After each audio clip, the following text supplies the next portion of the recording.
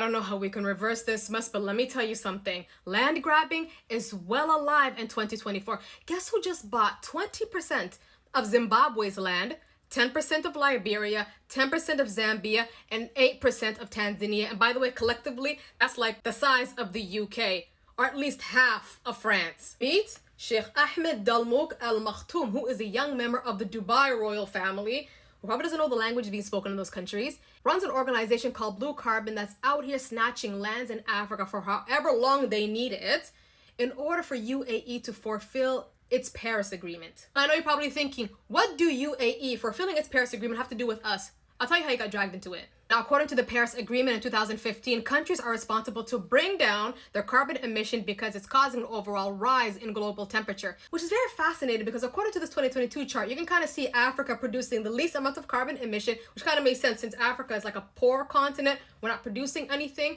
And you can see Asia, where UAE lies, is on the rise. So why did we roll up to the Paris Agreement? Because we're not doing the most. Now let's go back to why Africa's involved. Now, first of all, let me get this clear. UAE is going to do nothing to change its production model to lower emission, all right? Because clearly that's going to affect their profit margin. And look at UAE right now, how beautiful it is, and their economy is booming. You guys go there for vacation. Yeah, they're not going to tamper with that. So that's when we have carbon offsetting, what they call carbon trading, which basically states that countries that have high carbon emission, by the way, guys, this whole climate change talk, but this is the kind of games they want to play. Anyways, countries that have high carbon emission could go ahead and fund projects or protected forests because, you know, it absorbs greenhouse gases, and somehow that's going to count as carbon credit contribution for their Paris Agreement. Even though they didn't change anything, they're still emitting the same amount, or if not more. So how does that work? Now, we're probably going to hear from some fellow Africans telling us that's a business deal right there.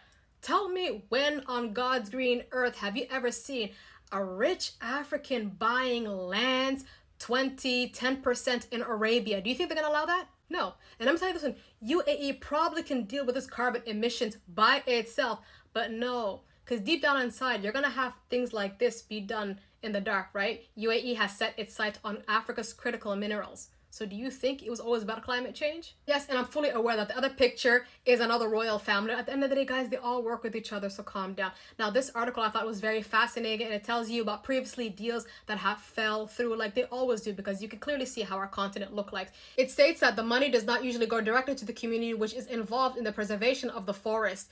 Usually the government just takes the money and they do what they think the community needs. And I'm gonna leave you guys with this important point over here. This has been the case for multiple other deals, which the government makes behind closed doors, and it's never actually put up for deliberation or any forms of democracy process, like the case of many other countries.